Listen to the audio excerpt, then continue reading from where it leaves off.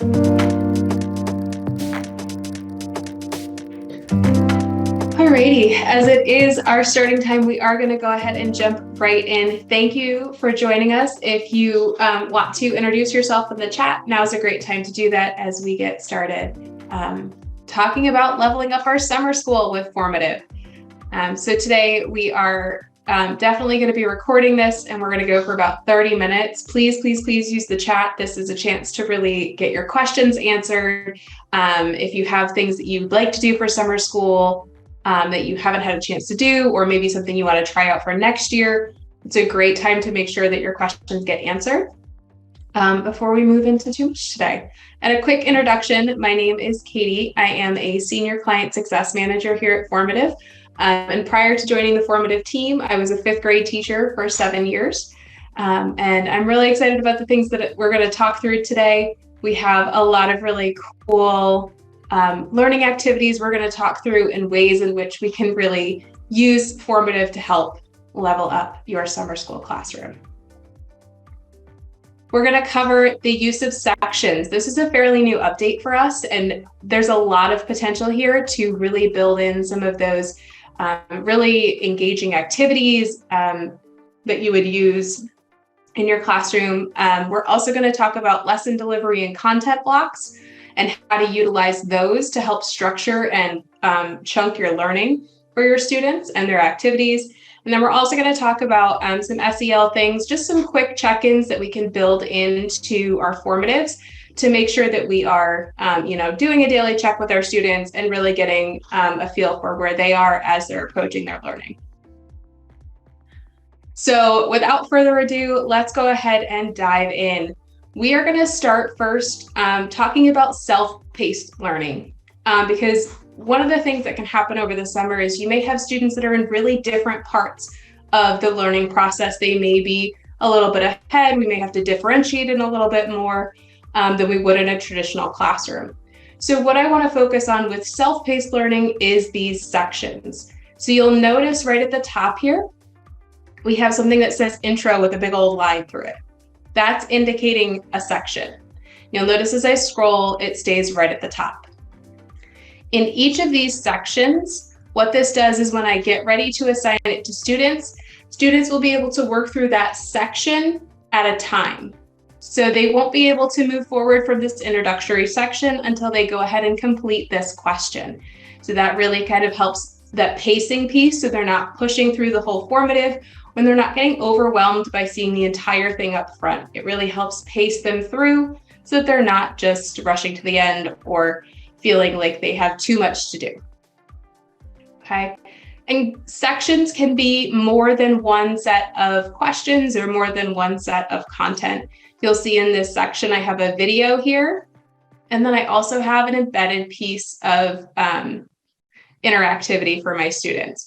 So both of those will show up in the same content or in the same section for my students. So I know that they can go back and forth between these two spaces without flipping within the formative. It all shows together for them, and I'm going to showcase what that looks like for you here in just a second. The really key piece here with sections is you want to make sure that you've toggled the required button on for your students. What this does is it allows you to really encourage the students to answer the questions first. They can't move forward until they've answered those questions. So let's take a look at this from the student side, just so we get a feel for how this works. So you'll notice along the top here are our sections. They are showcased here by a line, a vertical line between each set of questions. Here's my first section. You'll see it's required. I've started to answer it, so I can move forward. In this next section, like I said, we have the video here for my students to look at. And then I also have questions down here. All three of these are required. And because I have not answered all these questions, I'm not allowed to move forward. Sections can be really great for things like escape rooms, or if you want students to go back through more content like I have here, more of a lesson-paced learning.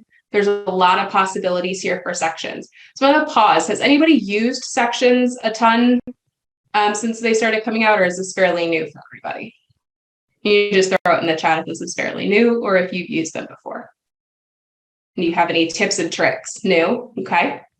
Do you all see how they can be used to help really kind of self-pace or chunk some of that? Does that make sense?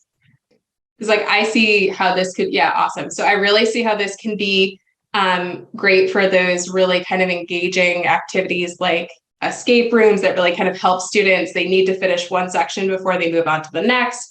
And really with summer school, the engagement level has to be so much higher, right?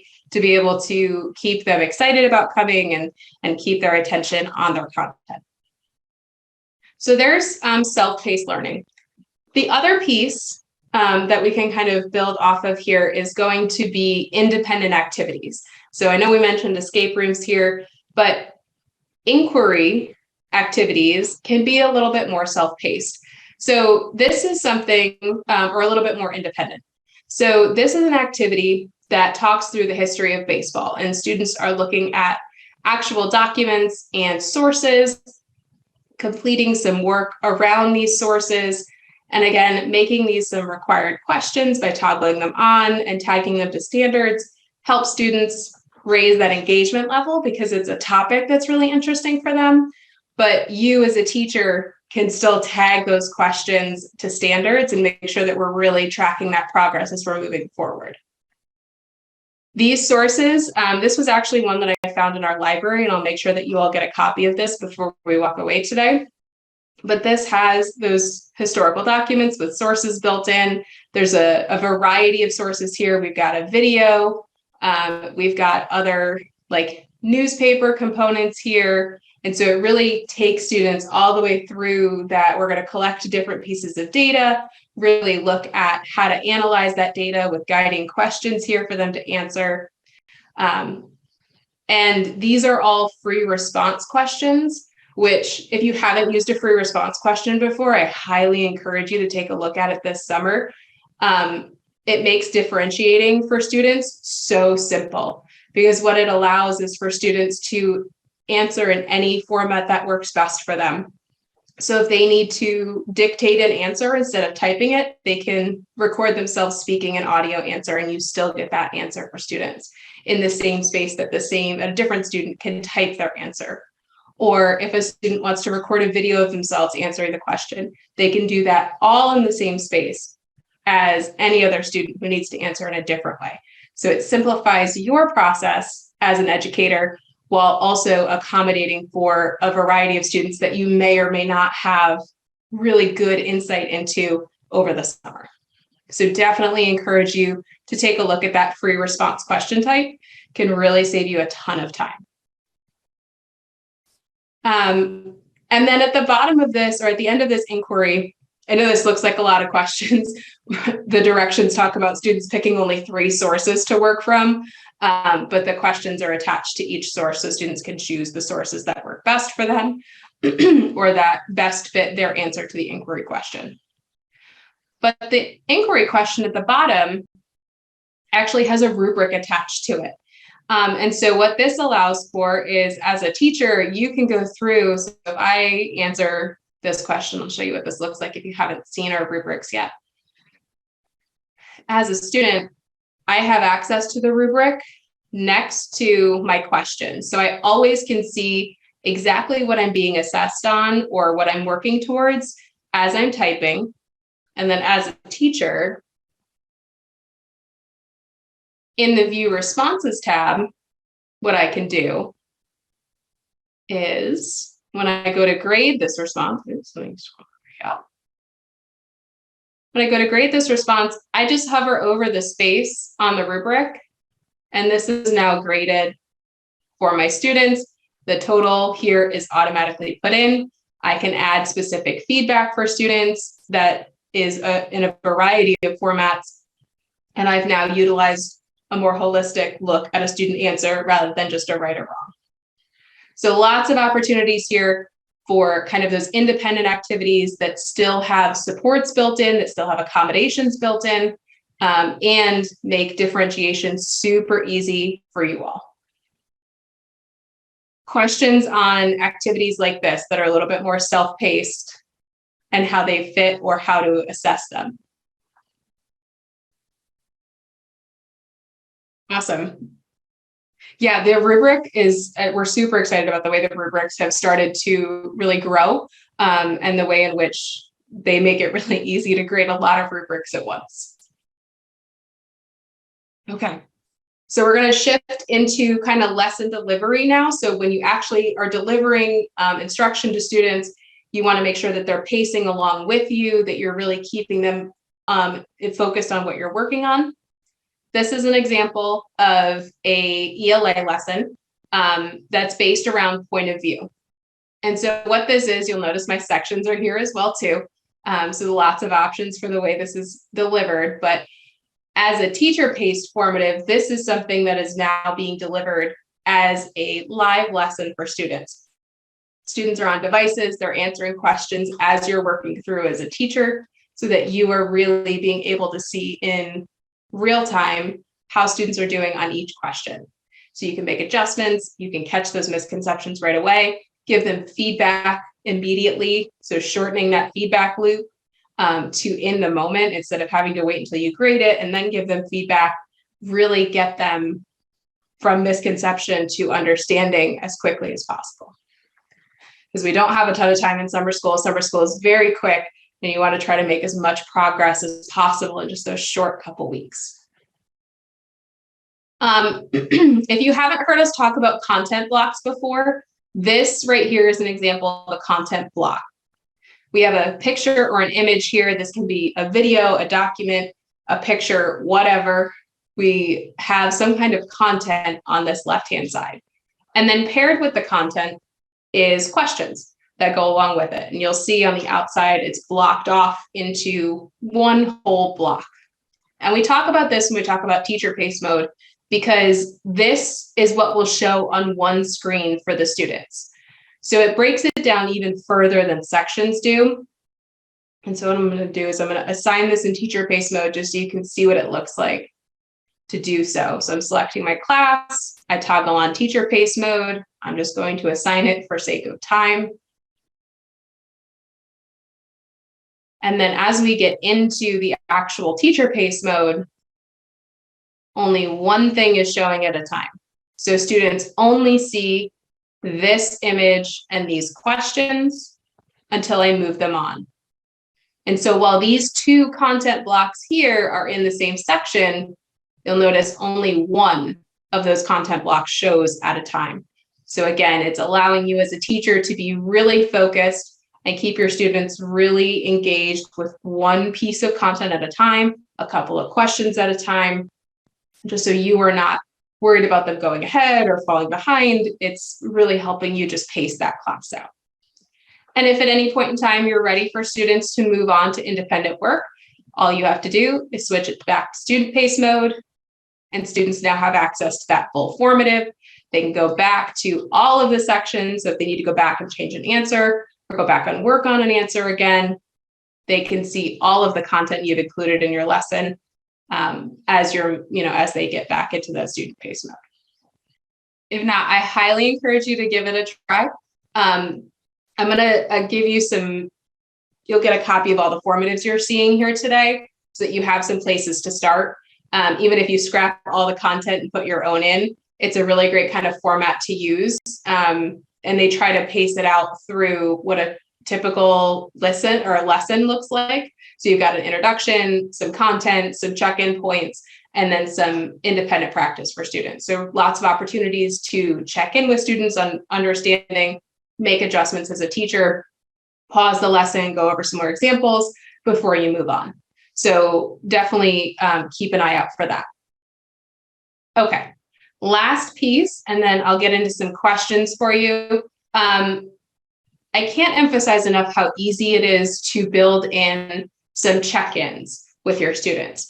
I will say this one has been a big hit recently with teachers that I've been talking with and chatting with. This is one of our new hotspot questions, and it's just an image, and I've drawn just a little circle around these numbers. It gets everybody to giggle. It lets everybody just kind of like break the ice a little bit. And lets you know also where they're coming to their learning from. If the student's selecting number 4 and they're coming into your classroom at this number 4 level, as a teacher, you approach that a little bit differently than if they're coming in at a 1 over here. And so this just gives you a little insight into how your students are doing that day and maybe where you can check in with them and kind of help build those relationships as they move forward. There's a couple different ways to do this. You can use the show your work tool and they can circle the image if you'd like. There's also, a quick multiple selection here. What do you need to do your best work today? Do you need to chat with an adult? Do you need to take some time? And what else can I do to support you? So there's lots of opportunities here that can be just a quick check-in at the beginning or the end. Where else do you think you need support? Or what parts of this lesson were difficult for you? What else do you need from me to support here? Where else do you want some extra practice? Those are all ways to kind of build in that self-awareness for students too, so that they can really kind of own their learning as they're moving through the summer school. Okay, so I'm going to share a couple of help components, and then I will give you a copy of all of these wonderful formatives that I just shared with you. So we have always got your back here at Formative. Lots of different ways for you to reach out to us, ask questions, and find the answers to the things that you're learning or having trouble with. This question mark in the upper right-hand corner gives you direct access to our support team, who are wonderful and work really hard to make sure that your questions are answered as quickly as possible. We totally understand most of our team is former teachers, how valuable that time is with your students, and we know you need things to work when they need to work. So that contact Formative support button is a great place to start. The training center, where you probably registered for this webinar, has all of our previously recorded webinars and our self-paced training. This is a great place to either send your colleagues who maybe are interested in trying out with Formative but don't know where to start, and just want to get a peek and see what's going on. This is a great place to go. And then our webinars, we have a lot of different ones that have been recorded this past year. And there's always a new updates webinar that we've been recording every month. So if you missed some webinars or missed out on some updates, definitely check out our recorded webinars there. Our Help Center too has short, sweet, and to the point articles. We try to make it as quick as possible for you to find what you need. Lots of GIFs, images, everything to make sure that you know exactly where to click and how to get the information or fix whatever it is you need right off the bat. So with that, I'm going to pause for a second and I'm going to copy all of these clone codes here for you. And these are all a gift for you for coming to the webinar today. And so please enjoy these formatives. These are all copies for you. So you should be able to make edits as needed to them. Use the structure, use the actual content. They are all free and available for you to use. And with that, what questions do we have about either Formative or summer school or how to use it? What do we have? You will be getting an email tomorrow with a survey link to fill out on this webinar. Please fill that out and I will get you a certificate by the end of the month for participating in the webinar and joining us today. So definitely keep your eye out for that survey. It's a couple questions. It shouldn't take you that long to do. But we are just about wrapped up, so I can give you 10 minutes of your time back today. But I'm happy to stay on if you have questions or things that you'd like me to answer about Formative. Happy to help. But if this is all for today, have a wonderful rest of your day, and we'll see you again soon.